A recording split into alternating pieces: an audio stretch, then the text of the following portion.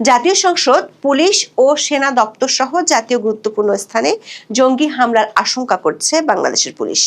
এই হামলা করতে পারে চাকরিচ্যুত 2 সেনা সদস্য।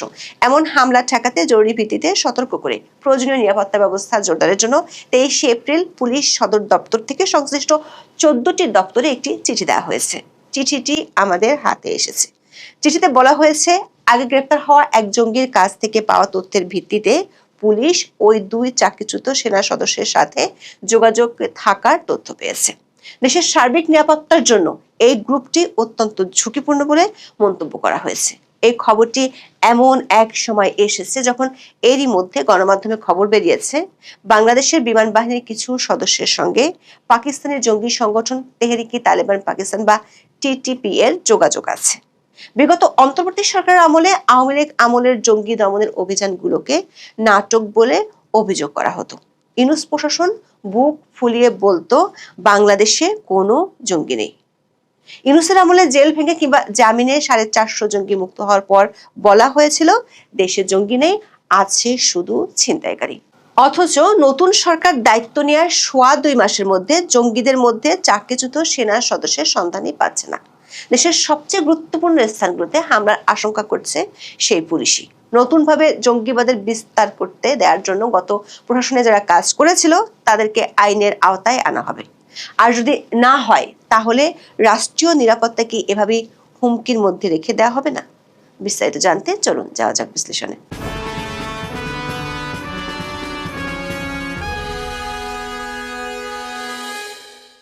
আমাদের হাতে যে চিঠিটি এসেছে তাতে স্বাক্ষর করেছেন বাংলাদেশের পুলিশ সদর দপ্তরের ডিআইজি কনফিডেন্সিয়াল। পুলিশ সদর দপ্তরের এই চিঠিটির বিষয় হলো নিষিদ্ধ ঘোষিত উগ্রবাদী সংগঠনের সমর্থক কর্তৃক গুরুত্বপূর্ণ স্থাপনায় হামলার পরিকল্পনা সংক্রান্ত। চিঠিটি 23 এপ্রিল পুলিশের প্রায় সবগুলো শাখা ও ইউনিটের প্রধানদের কাছে পাঠানো হয়েছে। পাশাপাশি সকল জেলার পুলিশ সুপার বা এসপিদের কাছেও পাঠানো হয়েছে। চিঠিতে বলা হয়েছে, জঙ্গি কার্যক্রমের সাথে জড়িত থাকার অভিযোগে সম্প্রতি পুলিশ ইশতিয়াক আহমেদ নামে একজনকে গ্রেপ্তার করেছিল। পুলিশের চিঠিতে ইশতিয়াক আহমেদকে নিষিদ্ধ ঘোষিত উগ্রবাদী দলের সদস্য বলা হলেও কোন দলের সদস্য সেটি উল্লেখ করা হয়নি।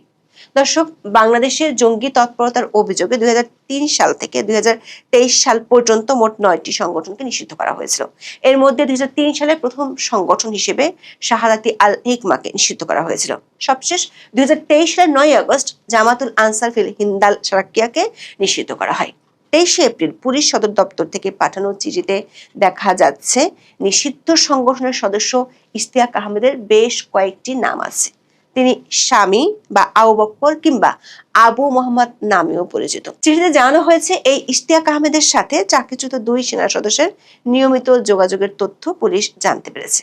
শুধু যোগাযোগের তথ্যই নয়, ভয়ঙ্কর কিছু তথ্য পেয়েছে পুলিশ। চিঠিতে স্পষ্টভাবে বলা হয়েছে তারা রাষ্ট্রীয় গুরুত্বপূর্ণ স্থানগুলোতে হামলা চালাতে পারে। রাষ্ট্রীয় গুরুত্বপূর্ণ স্থান বলতে জাতীয় সংসদ, বাংলাদেশ পুলিশ বা সেনা সদস্য কিংবা এদের স্থাপনাগুলো, ধর্মীয় উপাসনালয়, বিনোদন কেন্দ্রগুলো, শাহবাগ চত্বরের কথা উল্লেখ করা হয়েছে চিঠিতে। পুলিশ বলছে হয় বোমা বিস্ফোরণ ঘটাতে পারে কিংবা দেশীয় ধারালো অস্ত্র অথবা আগ্নেয়াস্ত্র দিয়ে হামলা করতে পারে বলে পুলিশ জানতে পেরেছে। চিঠিতে এসব গুরুত্বপূর্ণ স্থাপনা নিরাপত্তা জোরদারের ব্যবস্থা নিতে বলা হয়েছে। এছাড়া নজরদারি বাড়ানোর পাশাপাশি ওই 2 চাকরিচ্যুত সামরিক সদস্যের বিরুদ্ধে আইনানুগ ব্যবস্থা নিতে বলা হয়েছে। চিঠিতে এই 2 সামরিক কর্মকর্তার তথ্য এবং ছবিও যুক্ত করা হয়েছে। এদের একজনের নাম রাহেদ হোসেন মাহেদ এবং আরেকজনের নাম রাকিব হোসেন। দর্শক, পুলিশের এমন কড়া সতর্কবার্তার একদিন আগেই গণমাধ্যমের খবর হলো আন্তর্জাতিকভাবে নিষিদ্ধ জঙ্গি সংগঠন তেহরিকে তালেবান পাকিস্তান বা টিটিপি এর সাথে গোপন সম্পর্কের অভিযোগ পাওয়া গেছে বাংলাদেশের বিমান বাহিনীর কিছু সদস্যের। ভারতীয় সংবাদ মাধ্যম নর্থ ইস্ট নিউজে এই খবর ছাপা হয়েছে। এই খবরে বলা হয়েছে টিটিপির সাথে সংশ্লিষ্টতার অভিযোগে বাংলাদেশের বিমান বাহিনীর অন্তত 10 জন সদস্যকে আটক করা হয়েছে এবং অনেককে নিবিড় জিজ্ঞাসাবাদের জন্য হেফাজতে নেওয়া হয়েছে।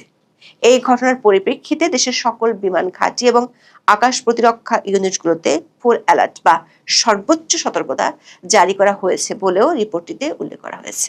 রিপোর্টটিতে উল্লেখ করা হয়েছে গোয়েন্দা তৎপরতা শুরুর পরপরই 9 থেকে 10 জন সদস্য পালিয়ে যায়, যাদের মধ্যে 4 জন পাকিস্তান, পর্তুগাল, তুরস্ক এবং নিউজিল্যান্ডে চলে গেছে বলে সন্দেহ করা হচ্ছে। পরিস্থিতির গুরুত্ব বিবেচনায় বিমান বাহিনীর নিচু পদের সদস্যদের মোবাইল ফোন জব্দ করা হয়েছে এবং সকল বেসামরিক কর্মকর্তার ছুটি বাতিল করা হয়েছে। বলা হয়েছে 2026 সালের এপ্রিল মাসের মাঝামাঝি সময় বাংলাদেশ বিমান বাহিনীতে পরিচালিত একটি সপ্তাহব্যাপী ঝটিকা অভিযান দেশে এবং দেশের বাইরে ব্যাপক আলোড়ন সৃষ্টি করে। আটককৃতদের মধ্যে অ্যারোনটিক্যাল ইঞ্জিনিয়ার এবং টেকনিক্যাল স্টাফদের উপস্থিতি এই উদ্বেগকে আরো বাড়িয়ে দিয়েছে, কারণ উগ্রবাদীরা বিমান বাহিনীর স্পর্শকাতর প্রযুক্তি এবং কৌশলগত তথ্যে অ্যাক্সেস পাওয়ার চেষ্টা করেছিল। দর্শক, টিটিপির কারণে দক্ষিণ এশীয় অঞ্চলে নতুন আঞ্চলিক টানাপোড়েন তৈরি হওয়ার আশঙ্কা গত বেশ কিছুদিন ধরেই করা হচ্ছিল।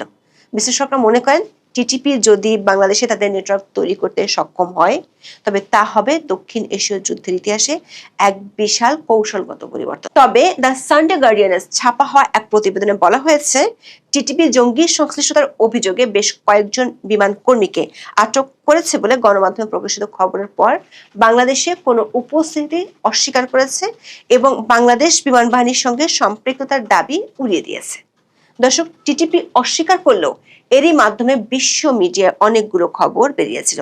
টিটিপির হয়ে পাকিস্তান সেনাবাহিনীর বিরুদ্ধে যুদ্ধ করতে গিয়ে বেশ কয়েকজন বাংলাদেশি মারা গেছে। বাংলাদেশিরা যে তেহরিকে তালিবান পাকিস্তান বা টিটিপির হয়ে পাকিস্তানের বিরুদ্ধে যুদ্ধ করতে যায়, সেটা নিয়ে গত বছরের 7 ডিসেম্বর দ্য ডন বিশাল এক প্রতিবেদন প্রকাশ করেছিল।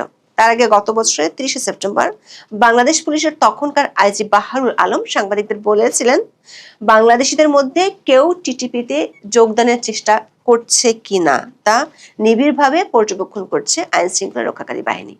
দর্শক, 2007 সালে পাকিস্তানে শরিয়া শাসন প্রতিষ্ঠার লক্ষ্যে বায়তুল্লাহ মেহসুদের নেতৃত্বে গঠিত হয় তেহরিকে তালিবান পাকিস্তান বা টিটিপি। মূলত পাকিস্তান সরকারের মদদে যেসব যোদ্ধা আফগানিস্তানের সোভিয়েতের বিরুদ্ধে ও ভারতের কাশ্মীরে লড়াই করেছিল, তারাই যখন পাকিস্তান মার্কিন যুক্তরাষ্ট্রের সন্ত্রাসের বিরুদ্ধে যুদ্ধকে সমর্থন জানায়, তখন পাকিস্তান সরকারের বিরুদ্ধে চলে যায়। আফগানিস্তানে মার্কিন হামলা শুরু হওয়ার পর এসব যোদ্ধারা আফগান তালেবান, আল কায়দা ও অন্যান্য সশস্ত্র গোষ্ঠীর সদস্যদের পাকিস্তানে আশ্রয় দেওয়া শুরু করে। পাকিস্তান সরকার যখন এক পর্যায়ে তাদের বিরুদ্ধে অভিযান পরিচালনা করা শুরু করে, তখন কয়েকটি সশস্ত্র গোষ্ঠী একত্রিত হয়ে 2007 সালে গঠন করে টিটিপি। বর্তমানে আন্তর্জাতিকভাবে সন্ত্রাসবাদী সংগঠন হিসেবে স্বীকৃত টিটিপি তৎকালীন তালেবান প্রধান মোল্লা ওমরকে তাদের আধ্যাত্মিক নেতা হিসেবে ঘোষণা করে এবং সংগঠনটিকে তালেবানের একটি শাখা হিসেবে দেখা হয়। পাক আফগান সীমান্তের দুই পাশে রয়েছে এই সন্ত্রাসী সংগঠনটির শক্তিশালী অবস্থান। পাকিস্তানের সাবেক প্রধানমন্ত্রী বেনজির ভুট্টোকে হত্যা করার দায় স্বীকার করেছে টিটিপি। সংগঠনটির বেশ কয়েকটি আত্মঘাতী হামলায় পাকিস্তানের নিরাপত্তা বাহিনীর সদস্যদের পাশাপাশি বিপুল পরিমাণে সাধারণ মানুষেরও প্রাণহানি ঘটে। গত বছরের 26 সেপ্টেম্বর খাইবার পাখতুনখোয়ার কারাক জেলায় টিটিপির বিরুদ্ধে বড় পরিসরে সন্ত্রাস বিরোধী অভিযান শুরু করে পাকিস্তান সেনাবাহিনী। উত্তর পাকিস্তানের এই জেলাটি দীর্ঘদিন ধরে জঙ্গিবাদের কবলে থাকা অশান্ত একটি অঞ্চল। টিটিপির 17 জন সদস্য নিহত হওয়ার মধ্য দিয়ে এই অভিযানটি শেষ হয়েছিল। নিহতদের মধ্যে একজনের নাম ছিল ফয়সাল হোসেন। 22 বছর বয়সী এই যুবক ছিলেন বাংলাদেশি নাগরিক। ফয়সালের বাড়ি মাদারীপুর সদরের কালিকাপুর ইউনিয়নের ছোট দুধখালি। তার পরিবার জানতো সে দুবাইতে কাজ করে। তার মৃত্যুর পরে কেবল তারা জানতে পারে যে সে পাকিস্তানে প্রবেশ করে টিটিপিতে যোগ দিয়েছিল। দর্শক, বাংলাদেশে আওয়ামী লীগ সরকারের আমলে জঙ্গিবাদ দমনে ব্যাপক তৎপরতা ছিল, কিন্তু আওয়ামী লীগের পতনের পর একদিকে জঙ্গিদের কেজি দরে জেল থেকে ছাড়া হয়, অন্যদিকে ইউনূস প্রশাসনের বড় কর্তারা আওয়ামী লীগের ওইসব অভিযানকে জঙ্গি নাটক বলে মন্তব্য করেন। এমনকি ইউনূস আমলে পুলিশের বড় কর্তা বলেছিলেন, বাংলাদেশে কোনো জঙ্গি নেই, যা আছে তা হলো ছিনতাইকারী।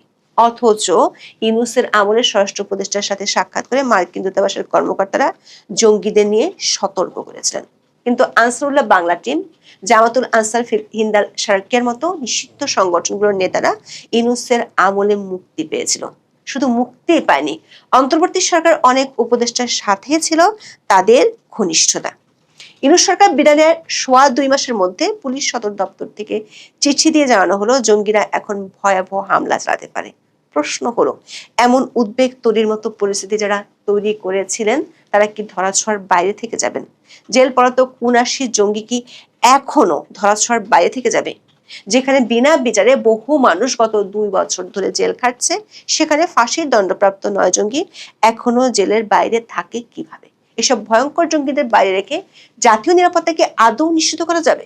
আবার জাতীয় নিরাপত্তার কথা মাথায় রেখে পাকিস্তানের সাথে বিমান চলাচল স্থগিত করা হয়েছিল, কিন্তু ইউনূস সরকার আমলে ঘটা করে আবার চালু করা হয় বিমান চলাচল। বাংলাদেশ থেকে জঙ্গি কাজে অংশ নিতে পাকিস্তান যাচ্ছে এমন তথ্য পাওয়ার পরও কেন এখনো দেশটির সাথে বিমান চলাচল অব্যাহত রাখা হয়েছে? এখন এ পর্যন্ত। সবাই ভালো থাকুন, সুস্থ থাকুন, নিরাপদে থাকুন। দেখা হবে আগামী পর্বে।